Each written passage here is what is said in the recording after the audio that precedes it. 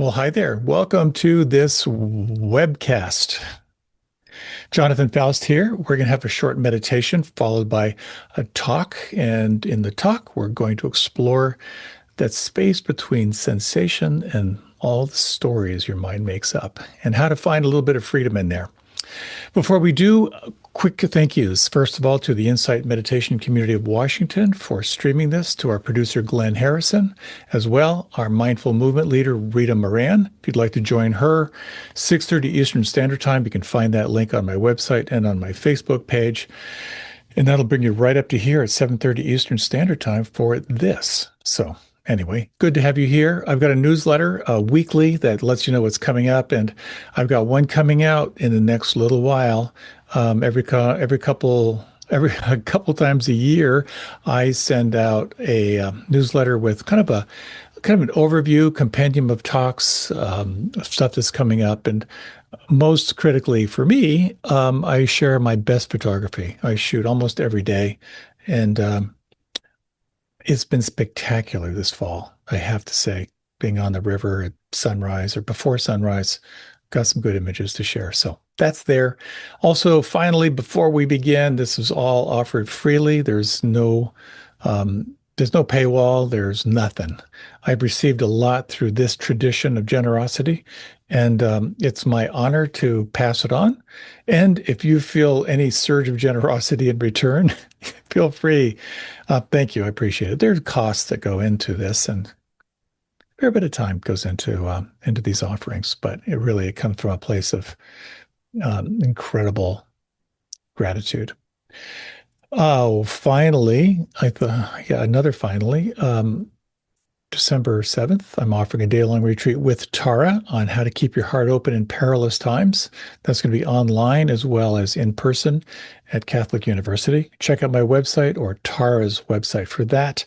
And I'm going to be offering the annual Most Important Thing retreat in January, which is a whole day of reflecting on, guess what? The most important thing. So that's there as well. So with that, let's move into a little meditation. And to do so, you might like to close your eyes if you're in a position where you can do so. This will be about a roughly 12 minutes of gathering attention and settling. So feel free to take a little bit of time, stretch your body in any way that feels good. How does your body want to move? Or you got to get any little wiggles out. And you might very gently lengthen through the back of the neck. As you do so, feel this subtle lengthening. And if you like, you can close your eyes and bring your attention to this sense of the inner world. Noticing where you feel the breath the most predominant. Notice the quality of feeling right now.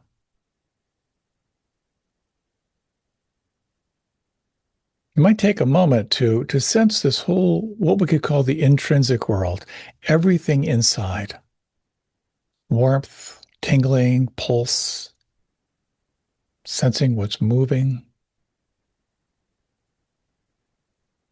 And acknowledging the extrinsic world, the sounds around you right now.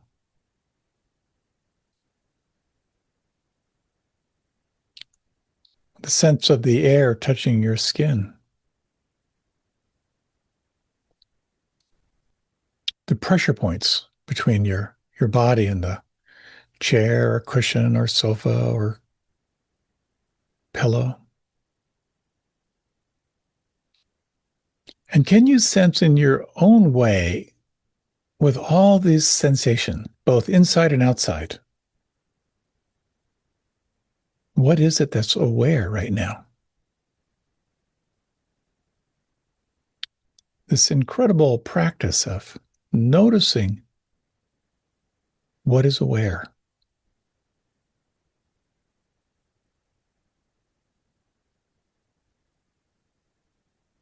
Let's take some time to explore what it's like to soften and relax even more into the present moment through this inner world of sensation and softening. Sensing from the inside out, the forehead. Can you feel your forehead smooth?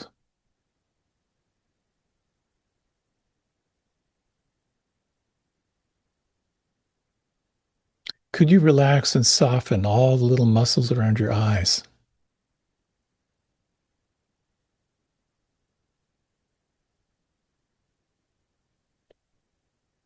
And you might scan from the inside your face, the muscles of your face. What could soften?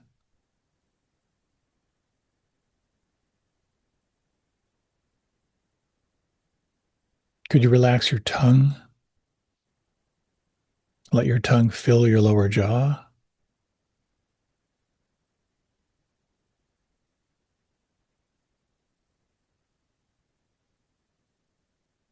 Could you relax the lips?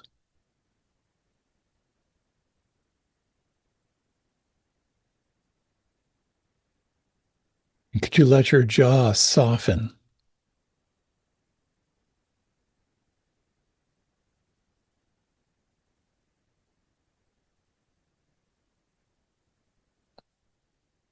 And you might sense through the shoulders. And as you bring your awareness down the length of the arms, can you feel or imagine the weight, the heaviness, the length of your arms, all the way down through the elbows, all the way down through the wrists,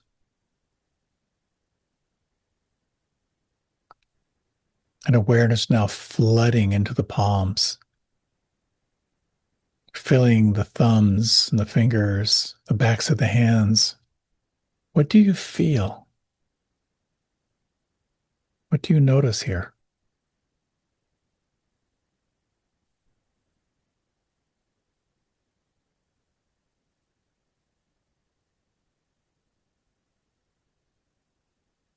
Can you feel or imagine the space inside your throat?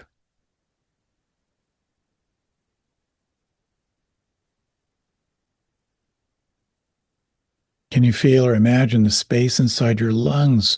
Just notice how your body breathes all by itself.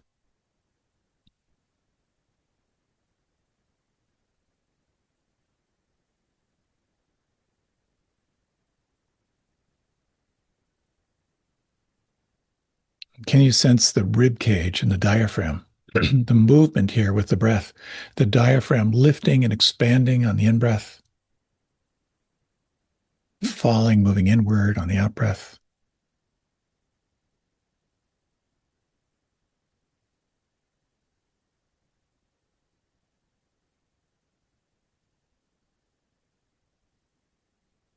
Can you feel now the space around the belly, between the navel and the spine?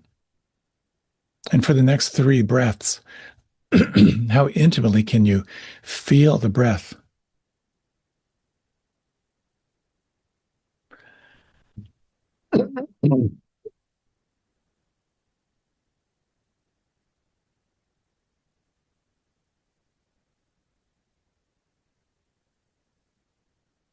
Sensing now down deep in the abdomen, the bowl of the pelvis,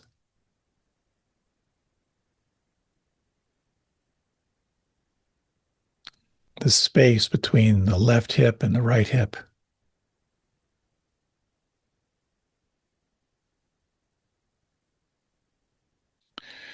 And sensing now down the length of the legs, from the hips to the knees.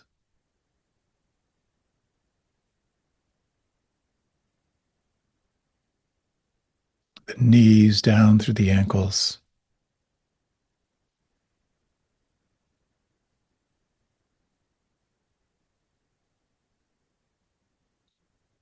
And sensing now the tops of the feet and the toes.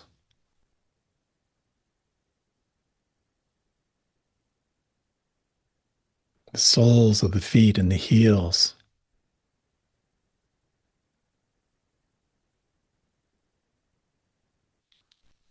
Feeling the volume or the space inside the feet, and toes.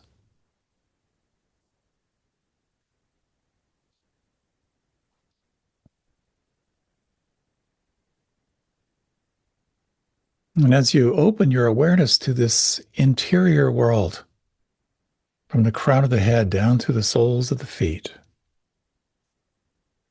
what could relax?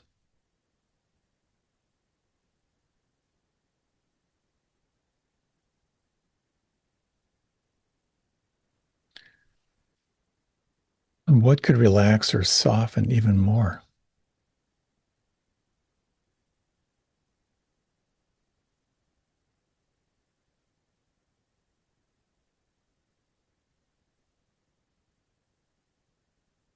And as you relax and soften, what do you feel?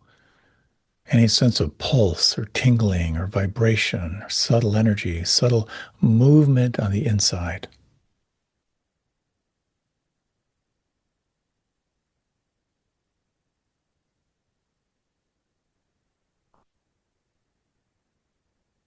And you might now bring your attention to again where you feel the breath the most predominant right now.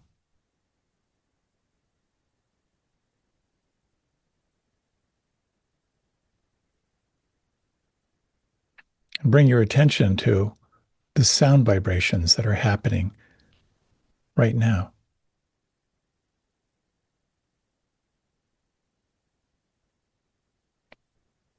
For the next few minutes, you might explore, if it feels right for you, what it's like to rest your attention here at the breath or the awareness of sound vibration, letting this be a focal point, kind of an entry point to come back to the here and now when you notice the mind has moved into the narrative, into story.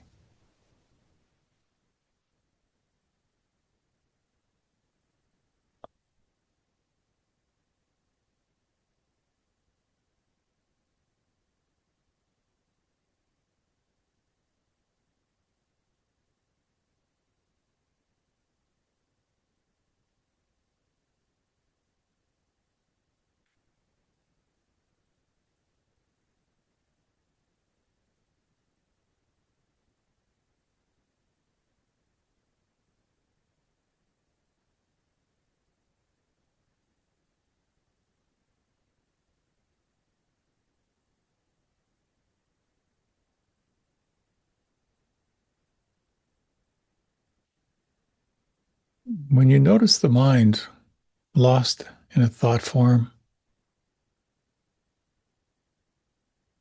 take your time on the return. Sense through the whole body what could relax or soften right now.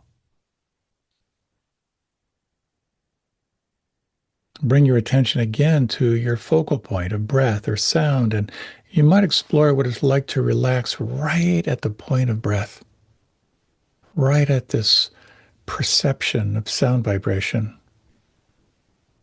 and to rest your attention here yet again.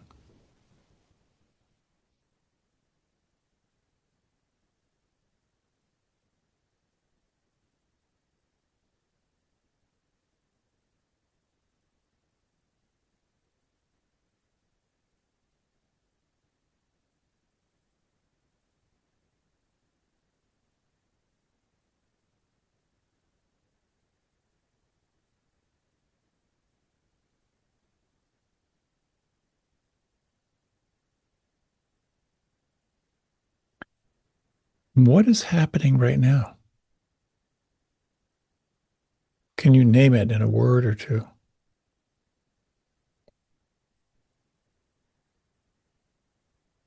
Can you let it be?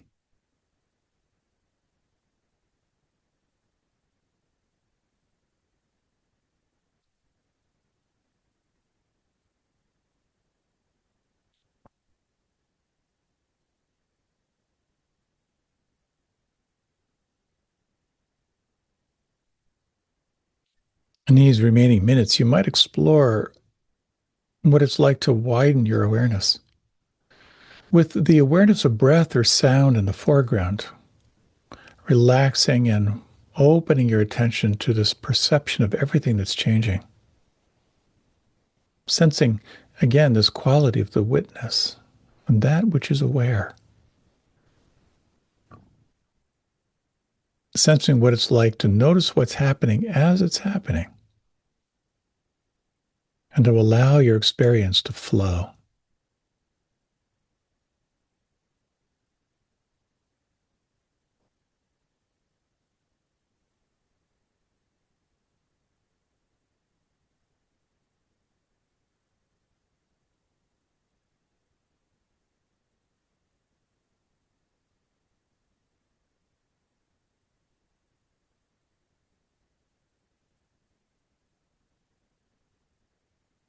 You might explore now in this remaining minute what it's like to simply let everything be just as it is.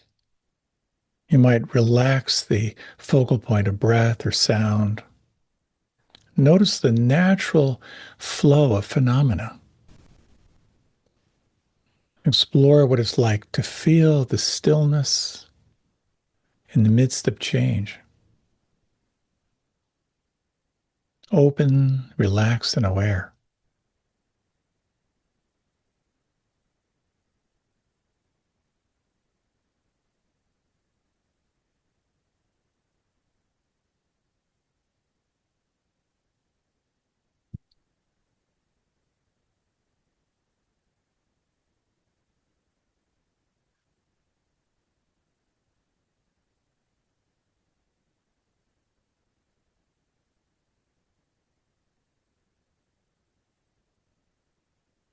And what is happening right now? And is it possible to let this be just as it is? Nothing to add, nothing to take away.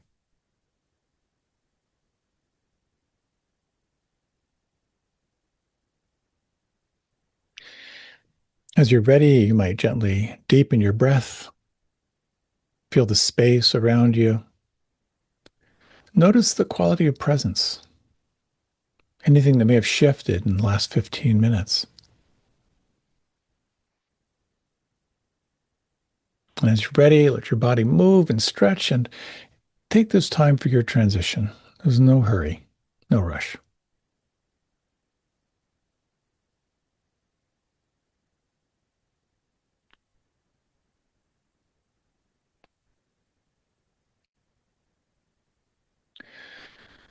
Welcome back.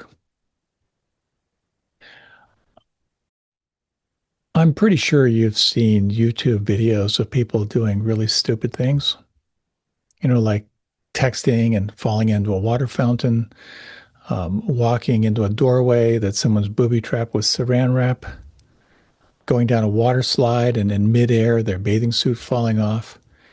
So there's a lot of that stuff out there. It can be highly entertaining, but what interests me, maybe more than whatever embarrassment they're experiencing, is how they react. Some people get really embarrassed and your heart breaks for them. Some people get really angry and they start cursing at everyone around them, or they just instinctively start lashing out. And some people start laughing hysterically. What determines your response is not the event, but what happens between the experience and your story of what you make up about it. I'd like to talk about that space, the space between what happens, the event, and the story you make up about it. Because in that space, that's where infinite possibility lives. That's where liberation lives. There's a skill you can develop of noticing that space and using it to untangle your whole life experience, untangle your beliefs, and untangle your conditioning.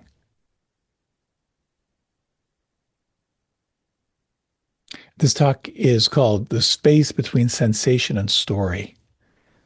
It's kind of recognizing, decoding, and liberating the roots of stress and suffering.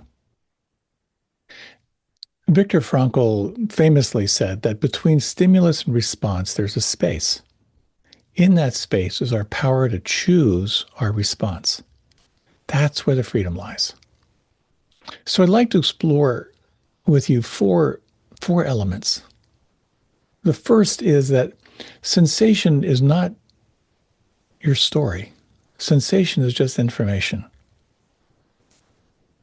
I'd like to talk as well about how your mind creates a narrative to explain all of your discomfort.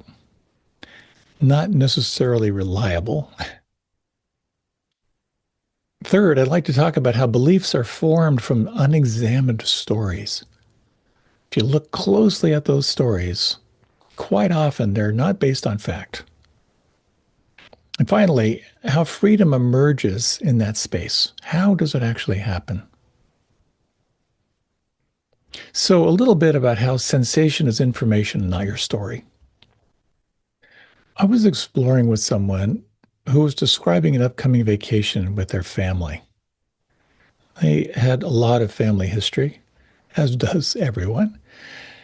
But what they were noticing when I invited them to shift from the story to how that story kind of lived on the inside, they were describing an elevated pulse. They were describing a kind of a tightness that they were feeling on the inside. And he said, ugh, I'm anxious again. But we stayed with it. And with curiosity and kind of clarification, he recognized there was more to it than that. He realized that the anxiety also had some excitement,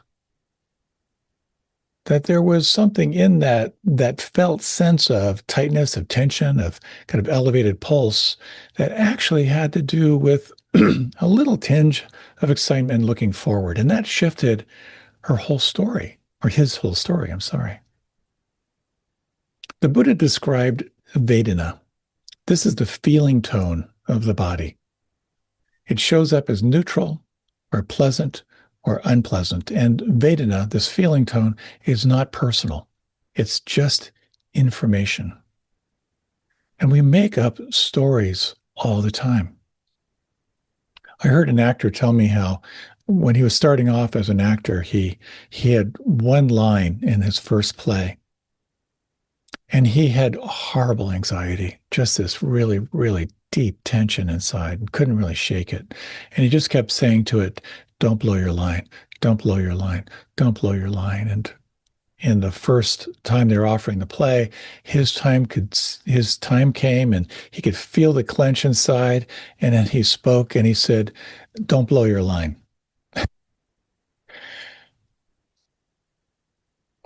We misinterpret bodily sensations all the time.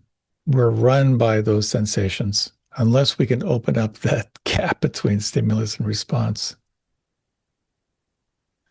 Sensations are neutral signals. They transform into stress and they transform into suffering when our identification kicks in. So when we're trained in being mindful of the body, kind of mindful of sensation, we start to train ourselves to feel without flinching. Classic example, a little while ago, I went in for my COVID shot. Now, the last time I got my COVID shot, it was not an enjoyable experience. I mean, the shot was okay, but it set me into like a 3-day slump. And I found myself, as I was anticipating the shot, doing the chit chat with the tech, and then getting the shot. As I was getting the shot, I was just visualizing 3 days of terrible recovery. Now, thankfully, I noticed that. And I was able to come back to the moment of getting the shot. And I was able to just say to myself, right now, I'm fine.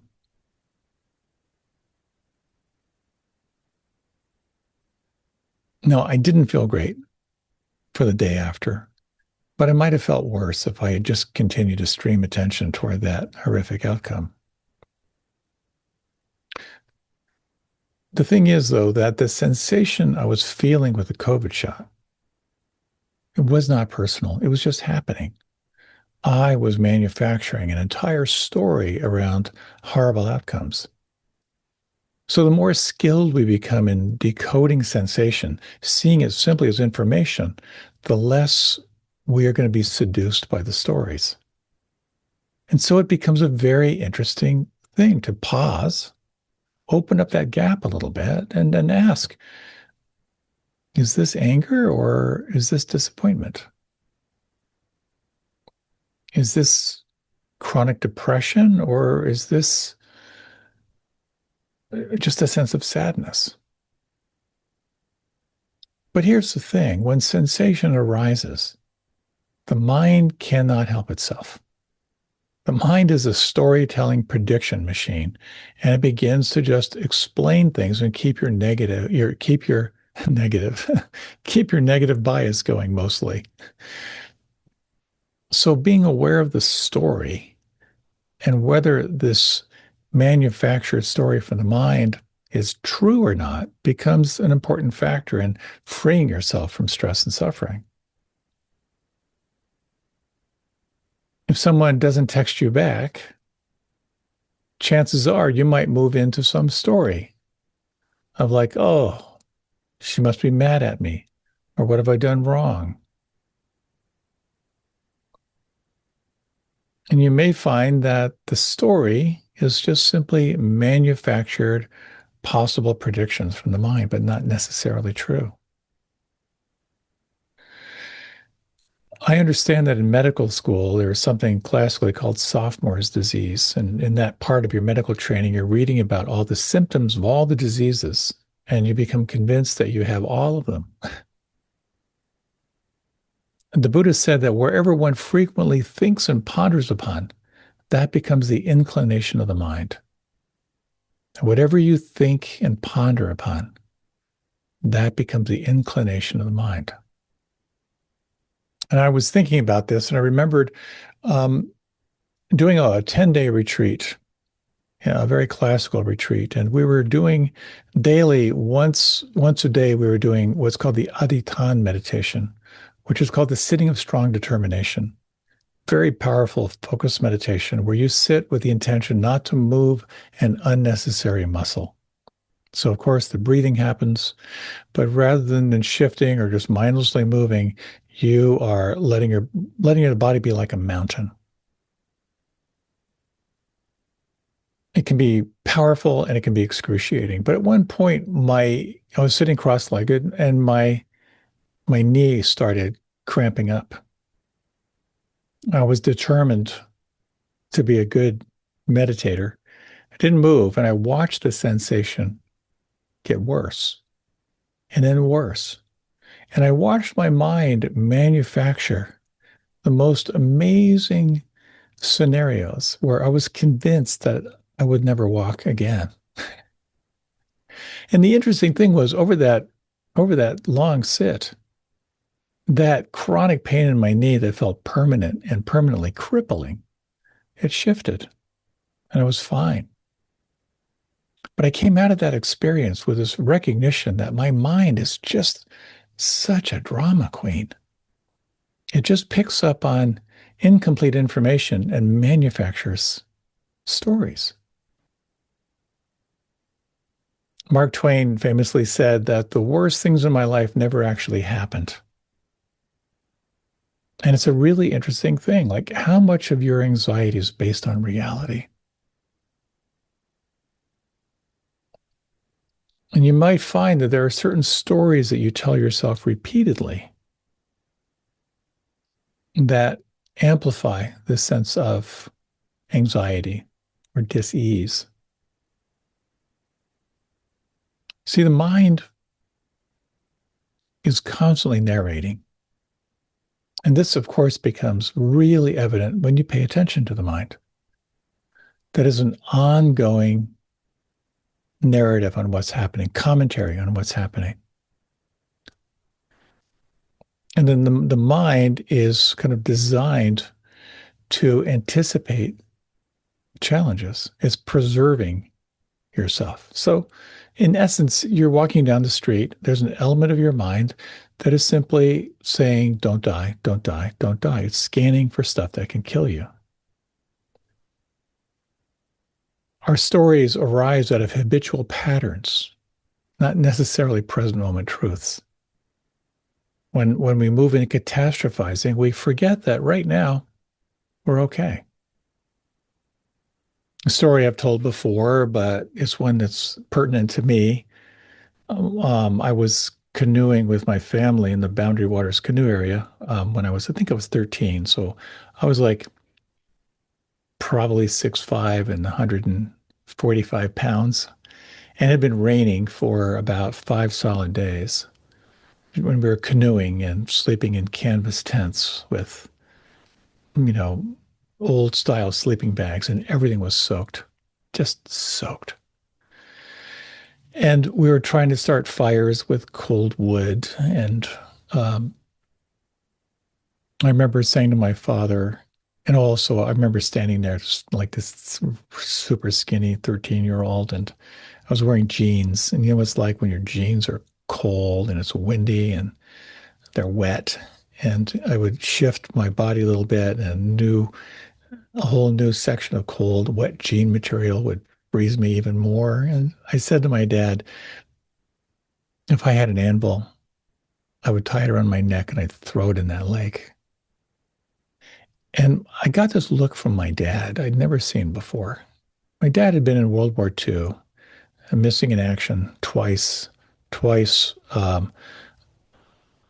wounded, and twice received awards for days of sustained combat without reinforcement. He gave me this really, really cold look, and he said, "No one's shooting at us." That just so shut me down. And I remember from time to time that phrase. As much as my mind is creating some cathartic narrative, look around, no one's shooting at us. So, seeing this gap between the felt experience and your interpretation is really important. And if we don't, the consequences are pretty horrible. You're caught in constant reaction. You'll be caught in constantly putting out fires. There'll be no peace whatsoever. So, if sensation is the spark, story is the fire. And if you investigate the fire, you have to trace the heat back to the source. And underneath our repeated stories are beliefs. And our beliefs are quite often, they're fixed, they're calcified, and usually they're unconscious. There's a great phrase that says, don't believe what you think. The Buddha talked about ditthi. And ditthi refers to views that obscure reality and perpetuate suffering. And when you begin to deconstruct your beliefs, when you begin to deconstruct the construct of how you've narrated your life, this becomes more and more clear that you hold certain views that just perpetuate stress and perpetuate suffering and actually make it impossible to see what's real. I was in a conversation with a guy who had a story around constant neglect in his life. As a child, he felt really neglected. It wasn't the challenging thing, and I find this for so many people, by the way, is there's something around like malevolent neglect, and there's something around benign neglect. I think a lot of people, when they look back, they realize that they're kind of a product of benign neglect. Primary caretakers, were provided, were well intended, but there was some essential neglect that wasn't there for them. And so he was sort of telling the story of how thinking that because of this neglect, he was just kind of unworthy of love. And I paused and I said, is that true? Did you actually know that that's true? At first, he was pretty emphatic. Well, yeah, that's been just the way my life works. I said, well, let me just ask you, do you feel neglect in your life right now? And we started going through his relationships, and The first most important relationship for most people, if they are honest, is their pet. He was like, no, my dog loves me. I said, well, what about your wife? He goes, we've been through a lot, but I know that she is really there for me. I said, are your parents still alive? He goes, yeah, they're still around. And I've actually gone through a lot of healing with them. Speaking of dogs barking. So we've gone through a lot. I really kind of see their point of view, and I appreciate how hard they've worked to make a life for me. So that's interesting. So do you have friends? He goes, I do. I have a lot of friends. I said, so here's this thought that you're kind of unworthy of love because of this neglect. Who are you without that thought? It was so interesting to watch his face because something very old and kind of painful sort of like flickered up on his face. And then it kind of softened. It's such a powerful inquiry when you can identify a core belief and really, really look at it. There's a technology that Byron Katie has developed, which is beautiful stuff. Particularly, it's powerful, I find, when you tie it into somatic inquiry, where you're really aware of how those beliefs actually live in your nervous system. It can be quite profound. Just another story in a conversation with someone a number of years ago of a woman who'd been divorced for just a couple of years. And her life was really about family and raising kids. And suddenly the relationship was over. Her kids had moved on. And she found herself really wanting a relationship, like open to intimacy again. A whole new phase of life that was pretty scary from this focus on raising kids to time and space in her life. And she shared about the horrors of putting herself out there. And I think for everyone who explores that whole world of online dating, it's what a oof, I'm so sorry. Deep discouragement. She has such deep discouragement. And we kind of elected to do a little inquiry into that sense of discouragement. And first, we explored it somatically, and there's just a sense of like just a crushing sense of heaviness, of sadness, of just feeling stuck. And then I asked her, well, what's the core belief here? What are you believing? And she said, there's no one out there for me. It's interesting when you begin to identify beliefs to really, really hone in. And I asked her, I said, well, is that true? Is that the core belief? She said, no, it's deeper than that. It's like there's something wrong with me. So we went with that. And I asked, is that true? Is that true that there's really deeply something wrong with you? She said, well, it sure looks that way. And I said, well, is it really true? Do you know absolutely that that's true? She said, well, maybe not.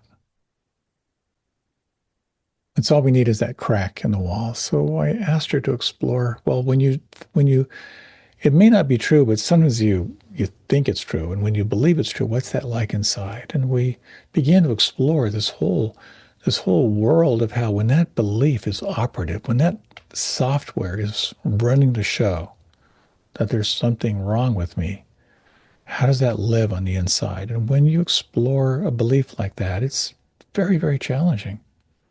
It's so tied into old conditioning. And when you can keep cutting below the story and kind of ride where you feel that. And for her, it was just this sense of a deep sense of tightness, a deep sense of wanting attention and affection and love and not getting it. When she really got in touch with that, then I asked the question. So here's this thought, this belief that there's something inherently wrong with you. Intellectually, you know it's not true. But when you think that thought, then what arises inside is this sense of feeling tight, feeling small, of wanting, really just that sense of like deep hunger. So who are you without that thought? And again, we can't rush this process. And because she was so in contact with how it lived on the inside, it felt like something really deep shifted for her.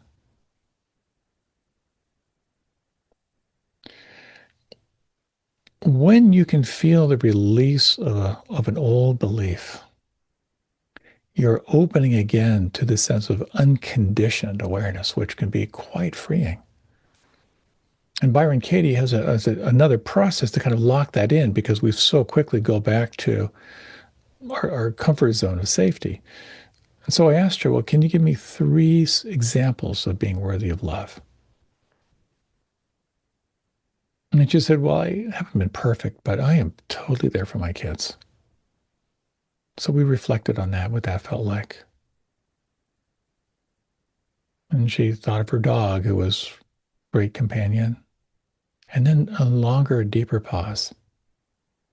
And she said, I'm a good person. I care.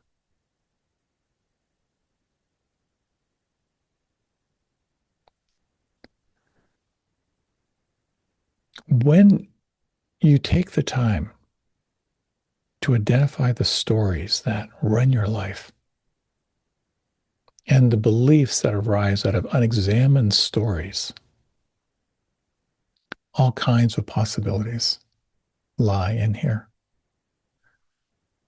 Quite often, the core beliefs are tied into not being good enough, to not being worthy of attention, affection, and love. And the steps are to take some time to identify that core belief. And when you have a sense of it, it takes some digging, and we will not dive into it here, but I'd like to share the process with you a little bit. If you take a belief, say, like, there's something wrong with me, or I'm not good enough, you ask yourself, do you know that to be true? For many people, first blush is like, yeah, that's true. But then stay with it. Do you absolutely know that's true? And all you need is a little crack in the wall.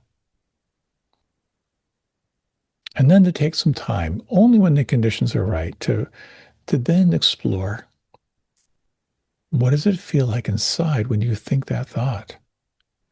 How does that thought live in your nervous system? And you may find if you give it space, if you listen deeply, if you allow a felt sense to form, there's a lifelong relationship with that thought. You might even be able to trace it back to the early conditions that kind of fostered that belief system. It may kick off memories of where that thought kicked in and held you back from being fully expressed or fully receiving. And only when you have a sense of what it's like to live with that thought, of how old that is, of how old that software has been installed in your operating system, you can ask the question, who am I without that thought? And then listen.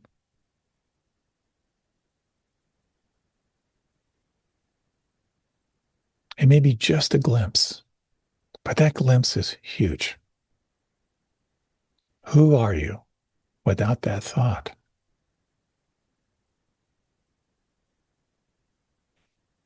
And you might even take some time to look for some examples of how it's not true. It's kind of the magic of the magic of threes. Come up with three examples of any time in your life when that wasn't true.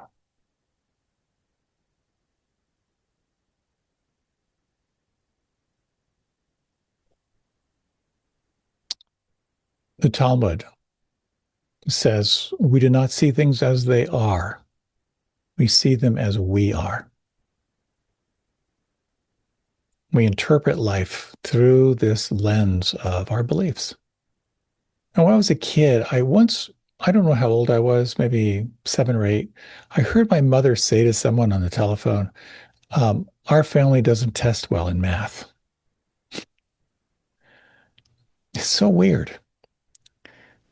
From that day on, I stopped trying when it came to math. It was like, why bother? Even puzzles. I'll let someone else figure out how that works. I'm not good at that. I'll find something else to focus on that I'm good at.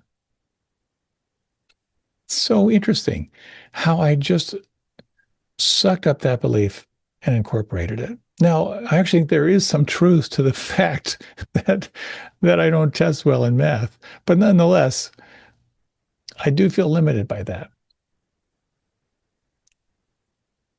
So the beliefs are frozen stories.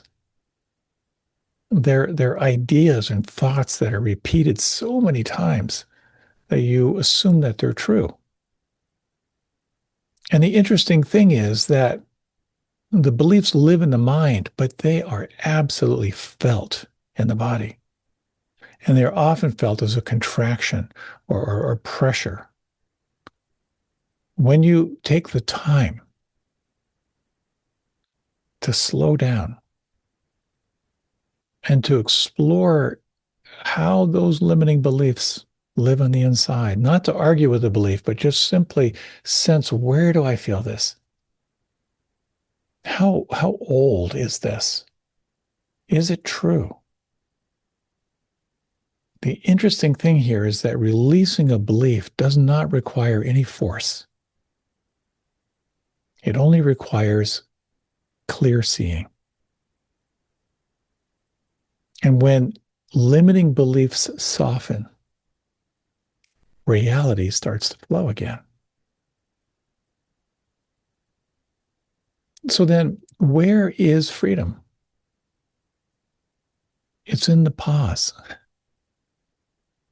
That pause between stimulus and response. When you pause and you feel, you have the option of responding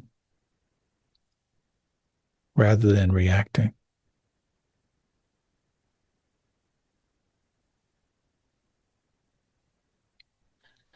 In the heat of an argument, one breath can make all the difference. The key is breaking the chain of reactivity. Someone said, my dog growled at me. I was so annoyed, I almost growled back. And then I remembered I had a choice.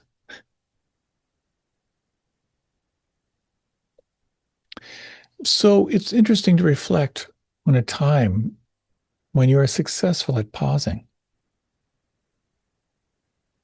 a time when you had the capacity just to take a breath or two and to realize how you were utterly trapped, and then a moment of spaciousness or a moment of freedom arose.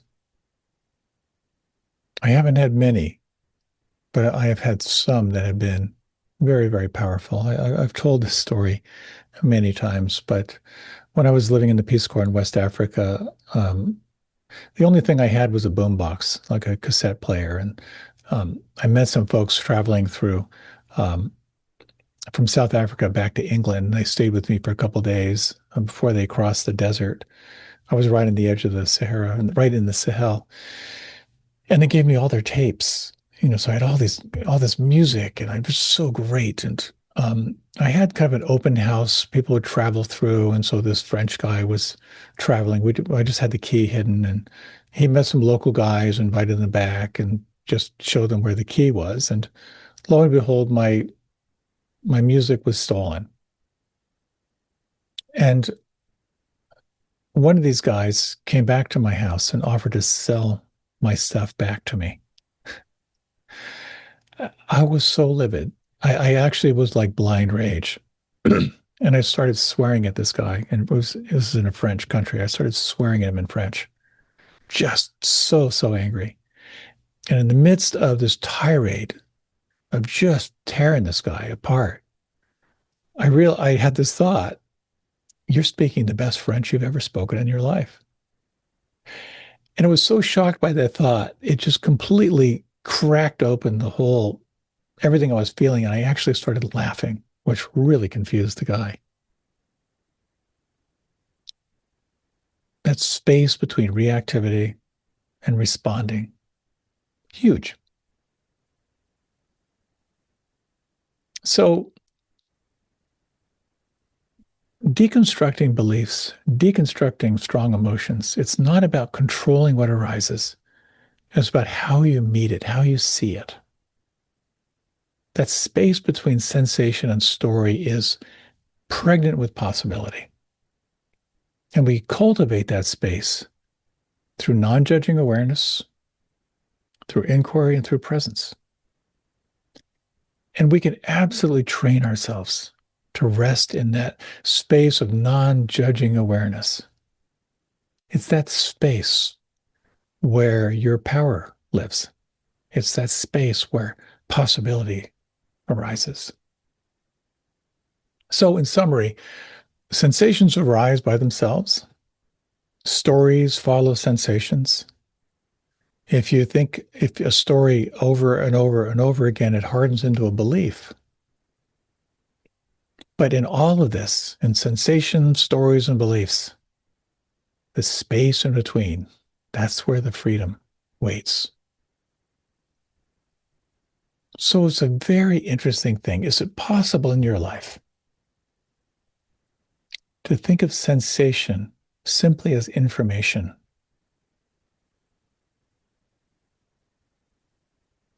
Let's take a few moments before we close. If you like, you might feel the breath.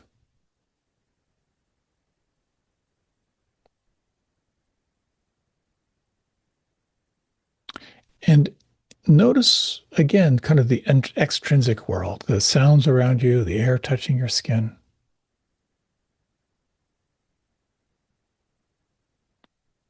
And let your attention, if just for a few moments, touch into the intrinsic, to this inner world of aliveness, of sensation.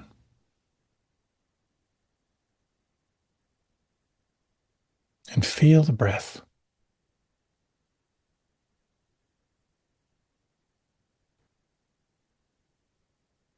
Notice what naturally arises.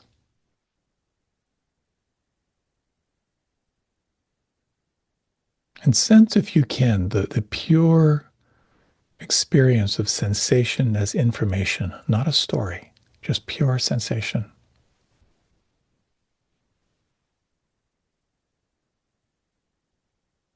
And you might notice how your mind will very quickly move into creating a story or a narrative or a commentary. And you might sense of just for a moment of how that commentary can harden into beliefs. And how, when you bring yourself back to this moment, to this breath, in that space between stimulus and response, sensing that space and the possibility of freedom, possibility of choice.